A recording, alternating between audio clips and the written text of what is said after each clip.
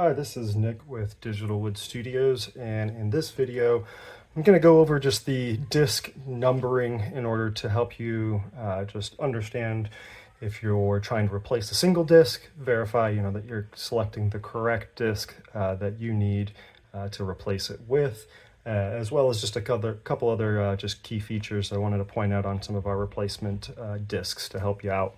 So this is a BowFlex SelectTech 552 Series 2 with our replacement discs pre-installed.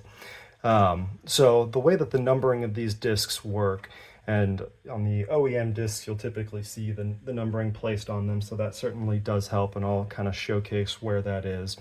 But the dial always counts as disc number 1. So you can see it's got similar features to all these other discs to grab that lightest weight. So the dial is really your disc number 1. So all of your replacement discs are going to start with number 2 and work their way up to number 5. And that's the case for the Series 1 552s, the Series 2 552s, as well as the 1090s. That structure and that format is the same across the board. So no need to, get concerned about, difference in numbering from model to model. However, something to keep in mind is that the discs for the Series 1 and Series 2 552s are different than the discs that are needed for the 1090 model. So just keep that in mind. So when you go to select what disc you're going to need, just simply follow, this numbering pattern based on what disc may be broken.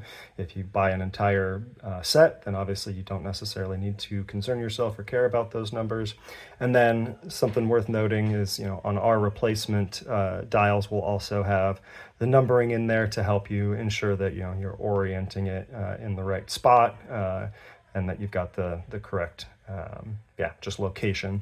And then something also worth noting is that all of our replacement discs have the exact same feature on the ends here. So you can buy a single disc and it'll mate right up with the original discs, no problems.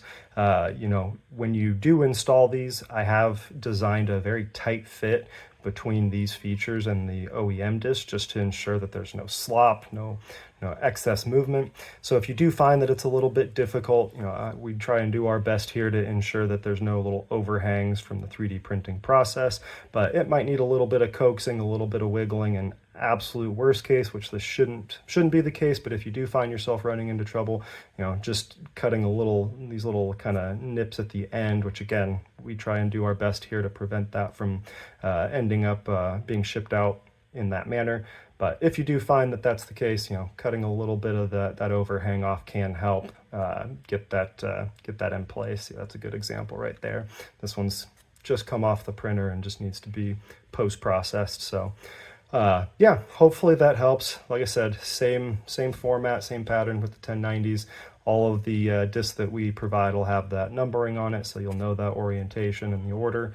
And otherwise, we do have other videos on the channel here showcasing exactly how to take the dumbbell apart and replace these discs, put it back together in the proper manner. Highly recommend watching that before trying to disassemble, because there's some bearings and springs in here that can just take off on you. So that's all I got today, and thank you very much, and hopefully that helps.